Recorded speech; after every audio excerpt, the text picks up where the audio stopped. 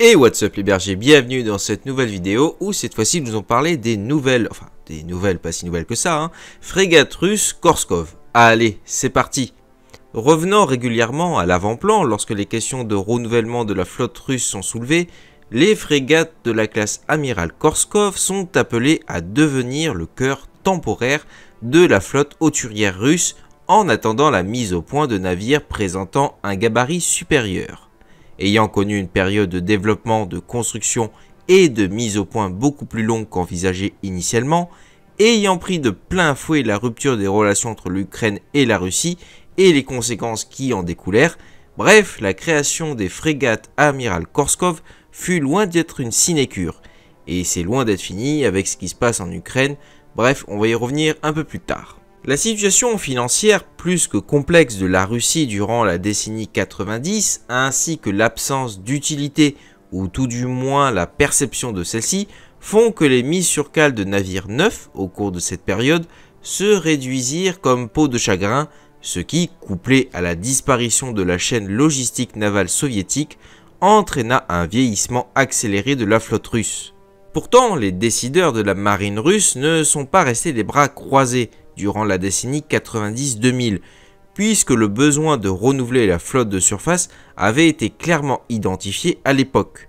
Ce besoin, découlant notamment de l'arrivée des cellules de lancement vertical 3S-14 UKSK, qui grâce à leur compacité permirent de revoir les fondements de l'architecture navale russe, en créant un nouveau design de frégate polyvalente puissamment armés sans pour autant présenter un déplacement aussi important que leurs prédécesseurs.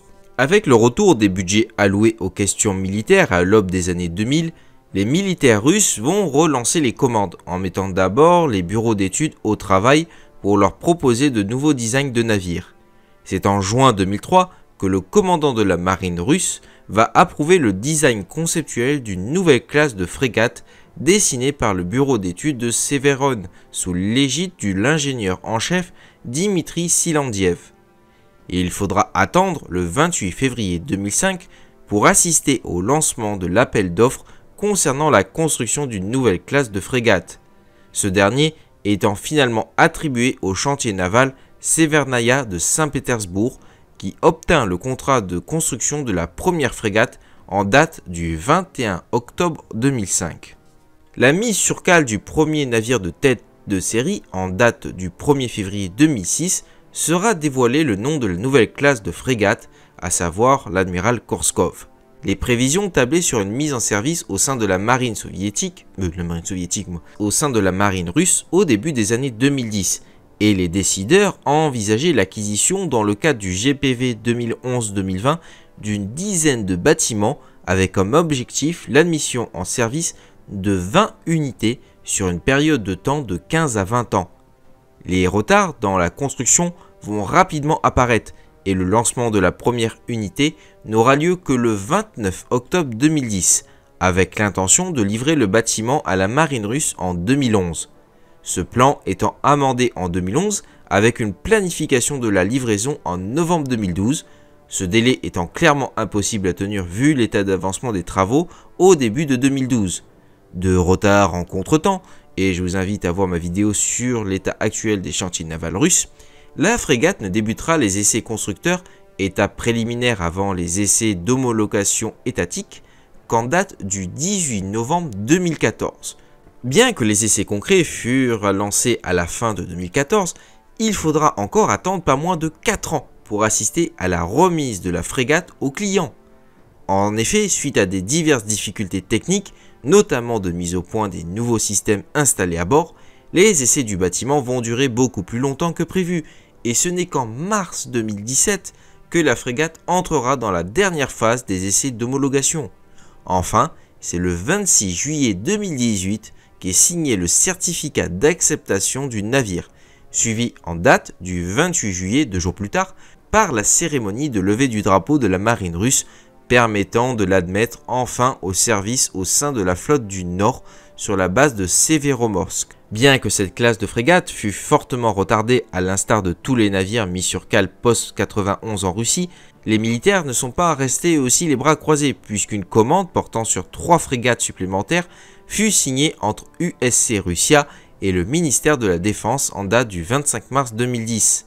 Cependant, cette commande ayant été déjà anticipée par le chantier naval, elle était alors déjà en discussion depuis plusieurs mois et une deuxième frégate, en réalité la première frégate de série, baptisée amiral de la flotte Kazatonov, fut mise sur cale le 26 novembre 2009, soit avant la signature du contrat d'acquisition et lancée le 12 décembre 2014 avant de débuter ses premiers essais en mer Baltique fin décembre 2018. Son admission en service a été attendue pour la fin 2020.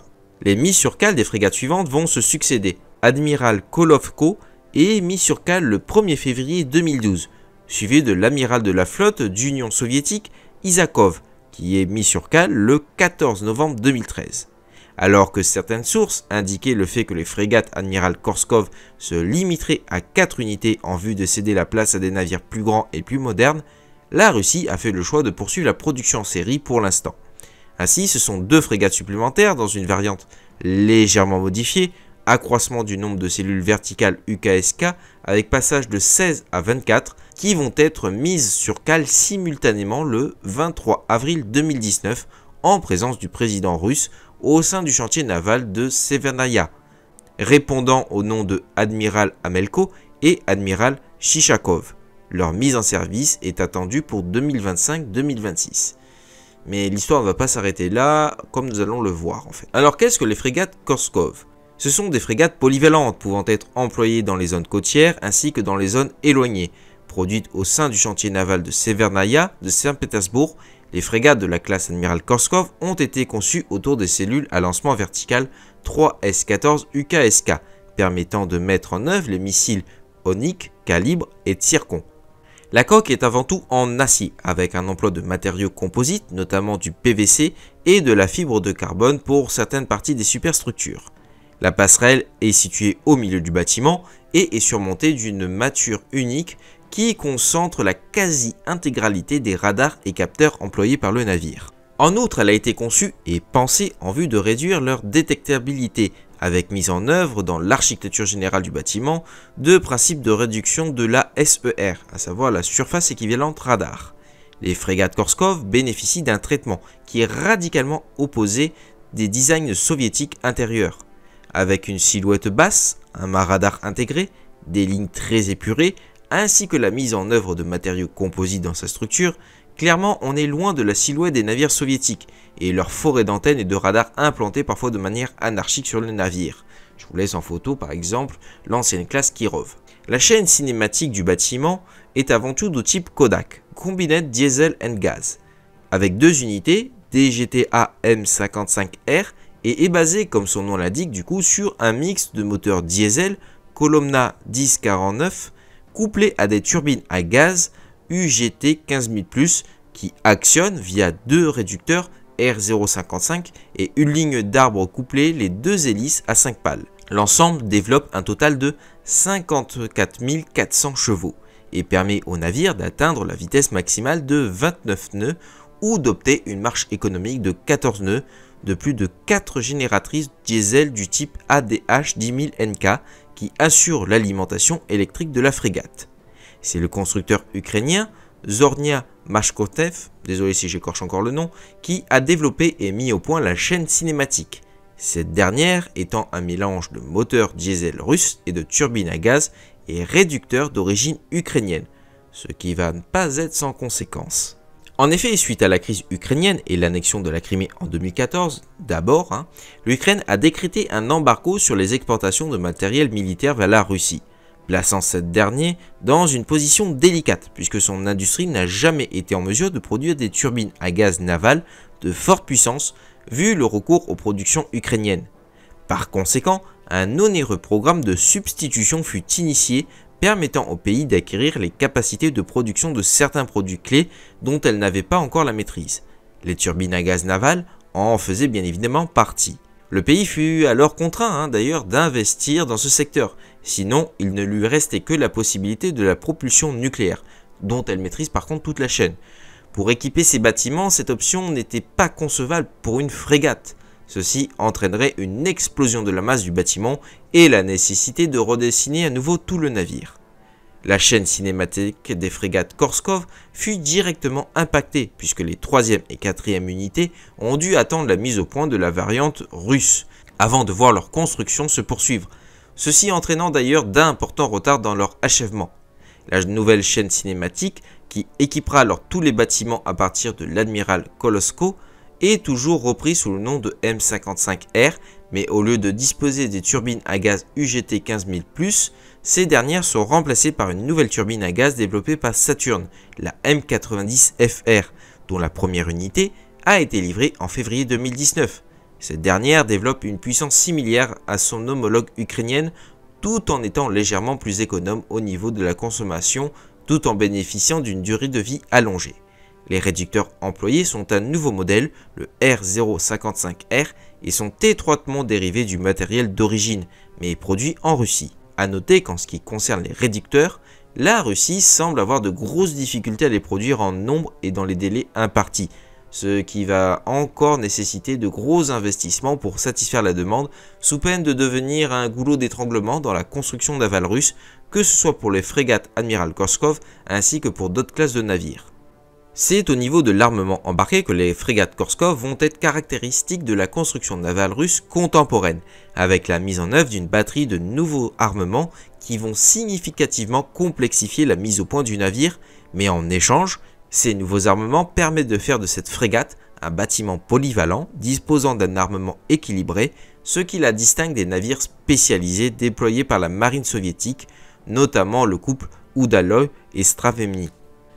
Les frégates Admiral Korskov sont construites autour de 16 cellules UKSK 22-350 installées en plage avant du navire et aptes à mettre en œuvre les missiles P-800 Onyx, 3M14, 3M54, 915T2 calibre et 3M22 Zircon.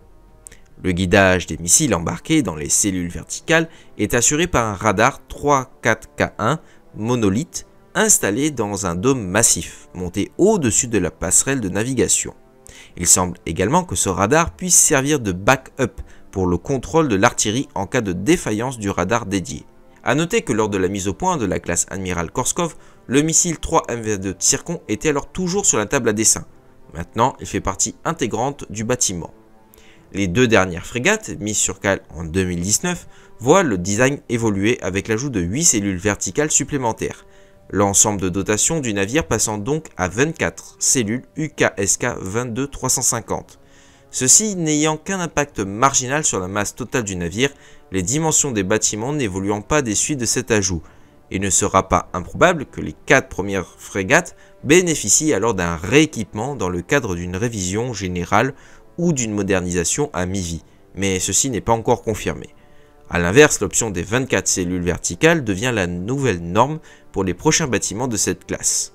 Installé à la proue du navire se trouve un nouveau canon A192M de 130 mm aux formes étudiées pour diminuer l'écho radar et capable d'atteindre des cibles terrestres et navales jusqu'à une distance de 23 km. Cette distance se réduisant à 18 km pour les cibles aériennes.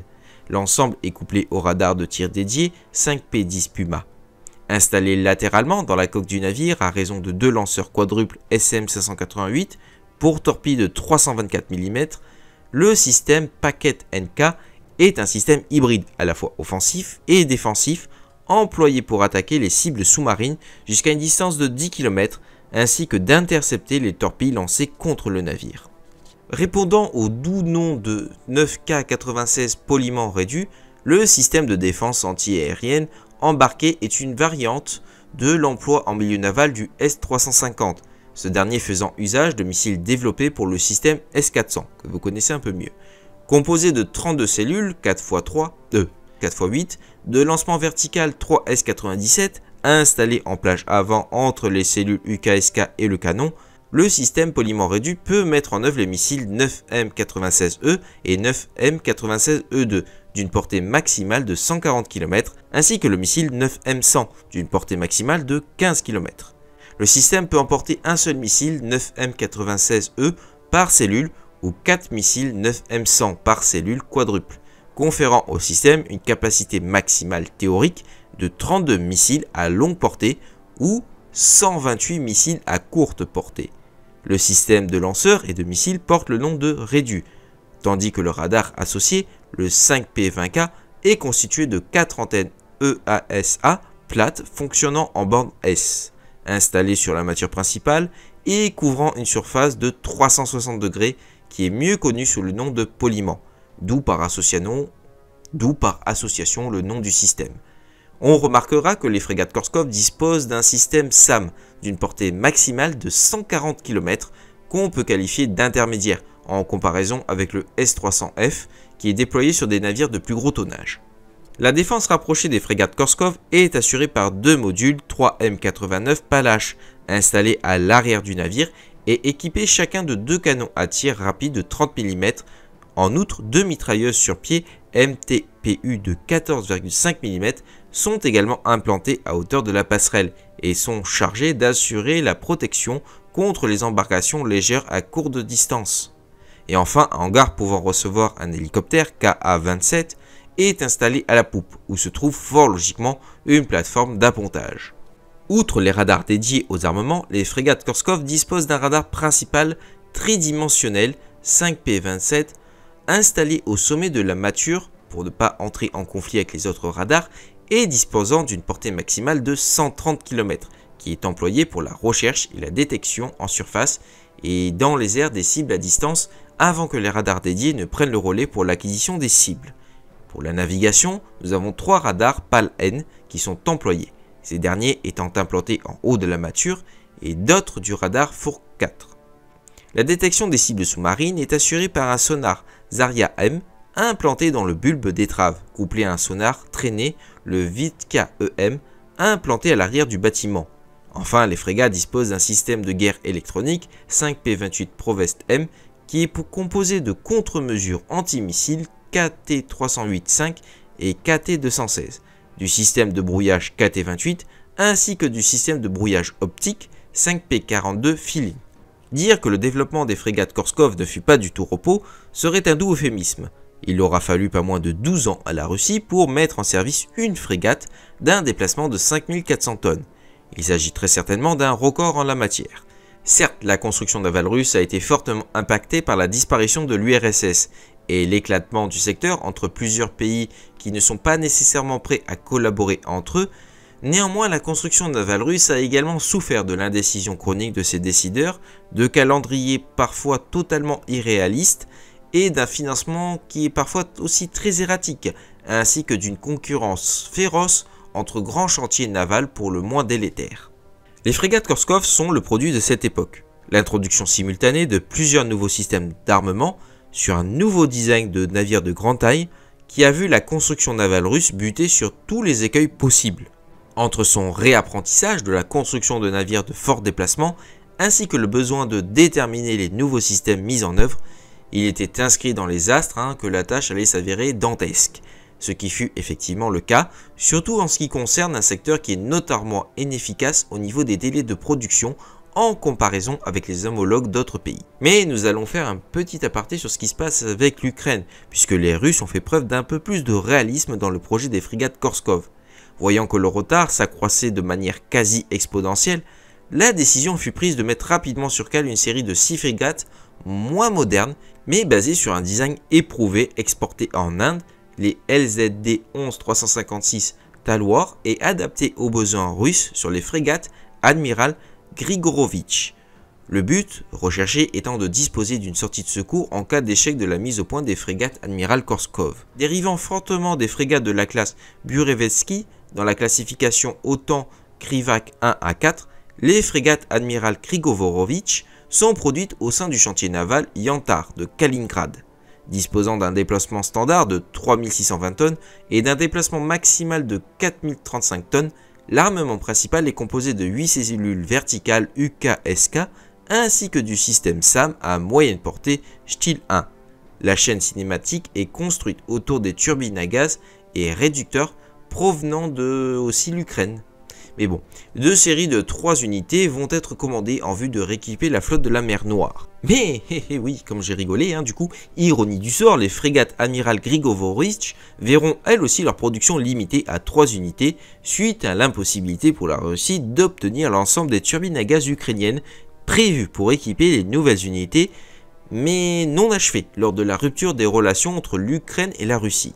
Les 3 coques inachevées de ces navires sont stockées depuis 2015 au sein du chantier naval de Kaliningrad.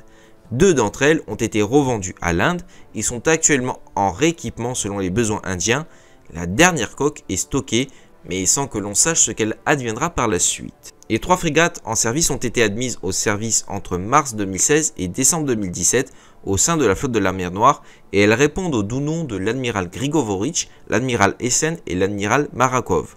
Depuis leur mise en service, les navires ont été déployés à plusieurs reprises en mer Noire ainsi qu'en mer Méditerranée où ils effectuèrent notamment des tirs de missiles calibre sur des positions en Syrie. En l'absence de navires hauturiers modernes offrant un déplacement ainsi qu'une endurance supérieure, la marine russe doit alors bricoler avec les moyens du bord. Au final, bien que le développement de cette classe de frégate a été pour le moins complexe, la Russie semble adopter une position plus rationnelle avec l'accroissement du nombre de cellules verticales UKSK offrant alors un punch, si je puis dire, offensif bien plus augmenté, l'exploitation des capacités hauturières de cette classe et enfin une construction en série qui devrait diminuer les temps et donc les coûts de production. 15 ans après le lancement du projet, il était temps que la marine russe décide enfin à mettre un peu plus d'ordre dans son programme de construction et de rééquipement. Le vieillissement des navires de surface disponibles étant de plus en plus flagrant, surtout en comparaison avec certains de ses voisins qui modernisent rapidement leur effectif disponible. Mais tout cela va être potentiellement encore affecté par ce qui se passe en Ukraine et les exportations d'armements qui sont bloquées vers la Russie. Mais bon, nous suivrons cela avec intérêt et j'espère que la vidéo vous aura plu. Je vous invite à vous abonner si ce n'est pas le cas et sur ce je vous dis à ciao, bonsoir.